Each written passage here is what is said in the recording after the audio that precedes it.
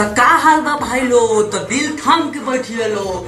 बहुत ही बड़ा मूवी आवे वाला बा हमार सुपरस्टार खेसारी लाल के। तो वो फिल्म के पूरा बिहार में ना, पूरा यूपी में ना, तो पूरा ब्रह्मांड में होकरे चर्चा होता। तो जानता रहो भाई लो वो कौन फिल्म हो, मूवी के नाम का बा संघर्ष 2। तो देखो लो स्क्रीन पर खेसारी लगे करता।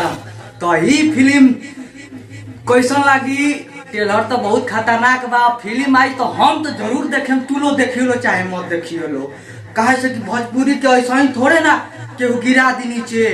जैसे गाना ट्रेंडिंग में जाला नंबर 1 पर, तो इहो फिल्म जाए के चाहिए भोजपुरी के नंबर 1 पर। बुझाई? तो देखो लो भाई लो ट्रेलर।